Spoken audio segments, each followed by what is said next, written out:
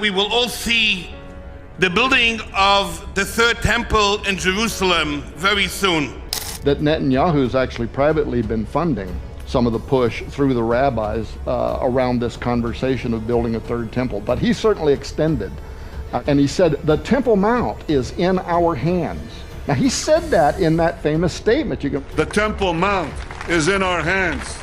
What if I told you we are standing on the edge of one of the most monumental moments in human history? A moment spoken of by prophets thousands of years ago, unfolding not in dreams or scrolls, but in real time.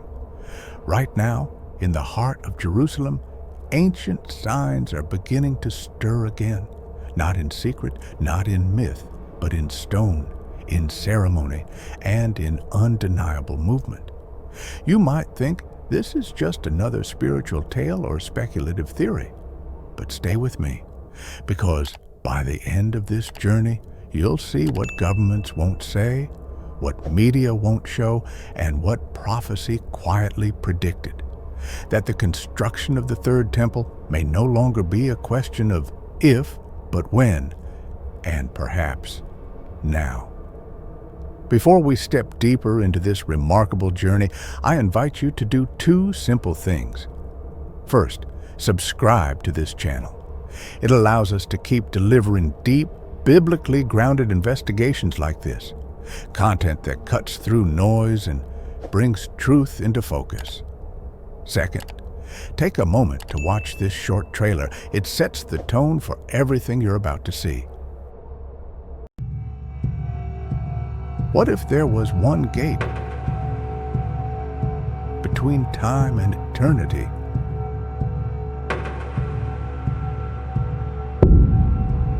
In the heart of Jerusalem, a gate remains sealed, guarded by prophecy, ignored by history. But the scrolls have spoken.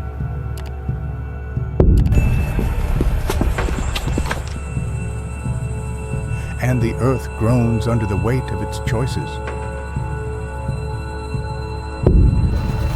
You are not here by accident. Signs in the heavens, warnings on the earth. Many paths, but only one gate shows mercy. What lies beyond is real. And so is the mercy waiting for you. The gate is Christ, but it won't stay open forever. Time is running out. The merciful gate is still open.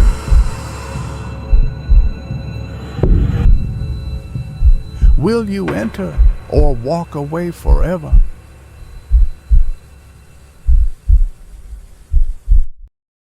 All right. Let's begin. A quiet signal in the holy city Jerusalem, a city built on hills and history. One morning, seemingly like any other, an unshakable stillness was pierced, not by gunfire or sirens of war, but by the haunting sound of ancient horns, shofars. Their cries bounced off stone walls, echoed down narrow streets, and turned countless eyes eastward, toward the Temple Mount.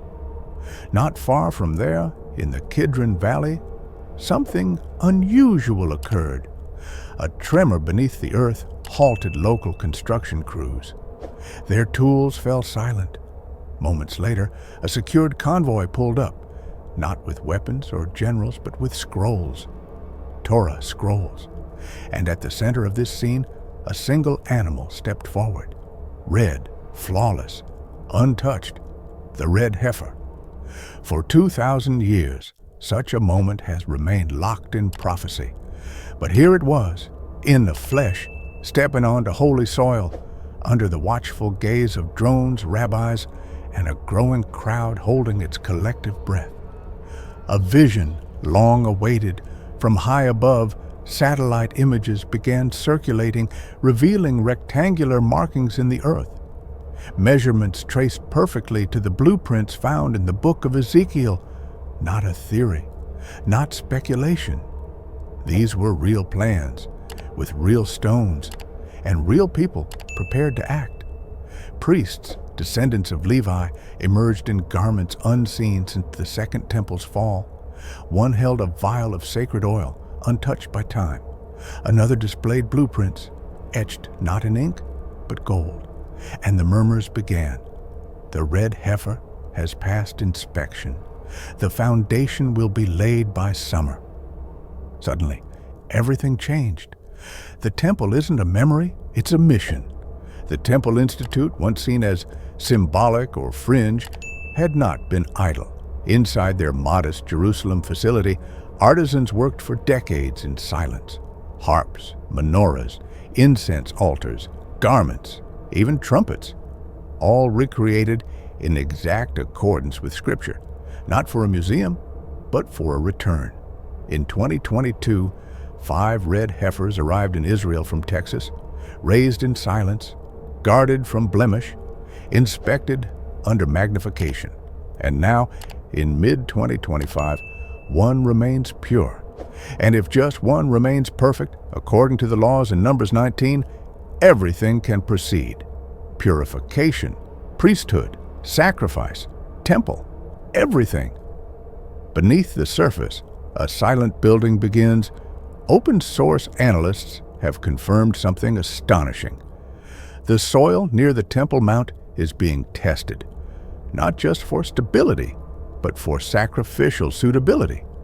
Matches are being made between current samples and ancient ash residues. Molecular accuracy. The Israeli government offers no public confirmation, but in a private Knesset session, a single phrase was used, in accordance with prophecy. Meanwhile, the Sanhedrin has begun rehearsals. Iran calls it a provocation. Turkey warns of spiritual war. The United Nations says little, but watches closely. The U.S. will take over the Gaza Strip, and we will do a job with it, too. Still, the movements continue. Slow, reverent, unstoppable. Why this matters now? This isn't just about ancient religion. It's not about rebuilding something from history. It's about timing. Divine timing.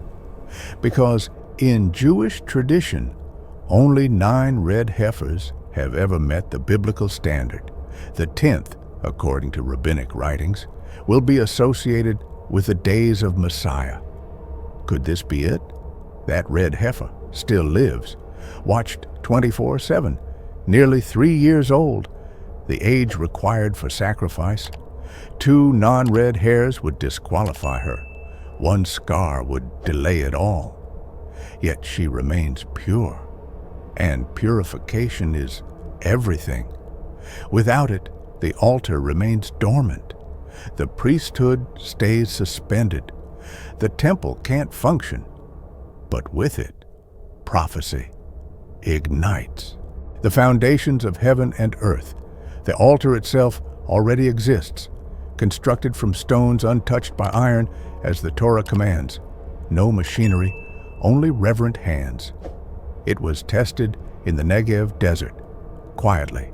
Now it waits in Jerusalem, hidden, ready. But it cannot be activated until purification is complete. That ceremony must occur outside the Temple Mount, on the Mount of Olives. It must involve a priest descended from Aaron.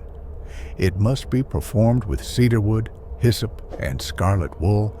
Then the red heifer must be burned, her ashes collected and mixed with living water. And once that water is ready, the countdown begins. Something is happening beneath the city whispers from archaeologists. Unconfirmed reports and even military intelligence suggest a deeper story unfolding below the surface. The Western Wall tunnels, once thought to be for tourists or infrastructure, now believed to be staging areas. Vaults may be prepared for sacred instruments. Some even whisper, The ark. Could it be hidden? Could it return? Ezekiel 43 speaks of the glory of God returning through the eastern gate, the same gate sealed for centuries, the same gate the Messiah is said to enter, and now it waits. The convergence of ancient and modern blueprints once drawn by prophets are now digitized and encoded. Sacred garments are woven using rediscovered dyes, harvested from snails last used 2,000 years ago. Drones patrol the skies while scrolls rest in stone vaults. Sacred preparation meets state-of-the-art surveillance. Ritual aligns with radar. Incense meets intelligence. And Jerusalem stands still, watching. The question we all must ask, is this the beginning of a spiritual rebirth or a countdown to something more intense? Because the moment that first stone is laid, the world will react. Not just politically, spiritually, emotionally, cosmically. Some will celebrate, others will resist, but none will be able to ignore it.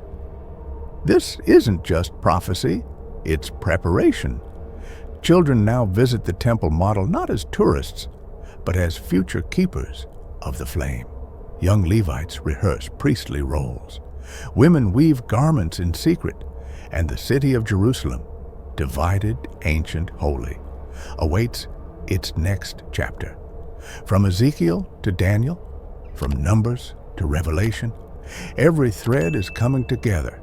Every sign is active, every instrument is ready, and the heifer still stands. The question isn't whether prophecy will be fulfilled, it's whether you'll be watching when it is. Let this not be just a documentary. Let it be a wake-up call. Because the next time a stone is laid in Jerusalem, it may not only shift history, it may echo through eternity.